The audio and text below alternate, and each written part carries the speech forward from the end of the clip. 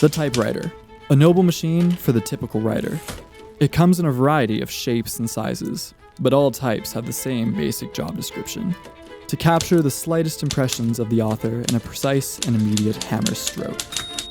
A microcosmic explosion of ink and imagination, steel and story.